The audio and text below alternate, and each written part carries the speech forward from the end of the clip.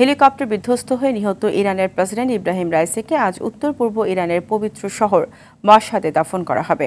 এদিকে দাফনের জন্য সব ধরনের প্রস্তুতি নিয়ে রেখেছে ইরান সরকার।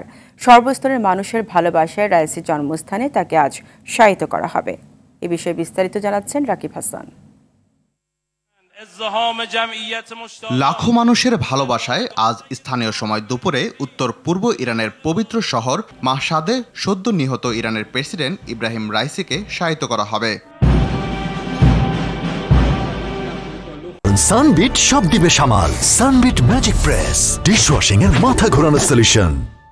এই শহরেই প্রেসিডেন্ট ইব্রাহিম রাইসি জন্মগ্রহণ করেছিলেন এবং বেড়ে উঠেছিলেন। রাইসির দাফনে অংশ নিতে লাখো মানুষের উপস্থিতি লক্ষ্য করা যাচ্ছে। এই শহরেই ইমাম রেজা রহমতুল্লাহ আলাইহির মাজার অবস্থিত। গেল বুধবার সকালে ইউনিভার্সিটি অফ তেহরানে তাদের আরেক দফা জানাজা অনুষ্ঠিত হয়। এতে ইমামতি করেন ইরানের সর্বোচ্চ নেতা Ayatollah Ali Khamenei. University of তেহরানে অনুষ্ঠিত এই জানাজায় অংশ নেয় সর্বস্তরের মানুষ। এরপর আজাদি চত্বরের পথে একটি শোকযাত্রা অনুষ্ঠিত হয়। এতেও যোগ দেন অগণিত শোকার্ত জনতা।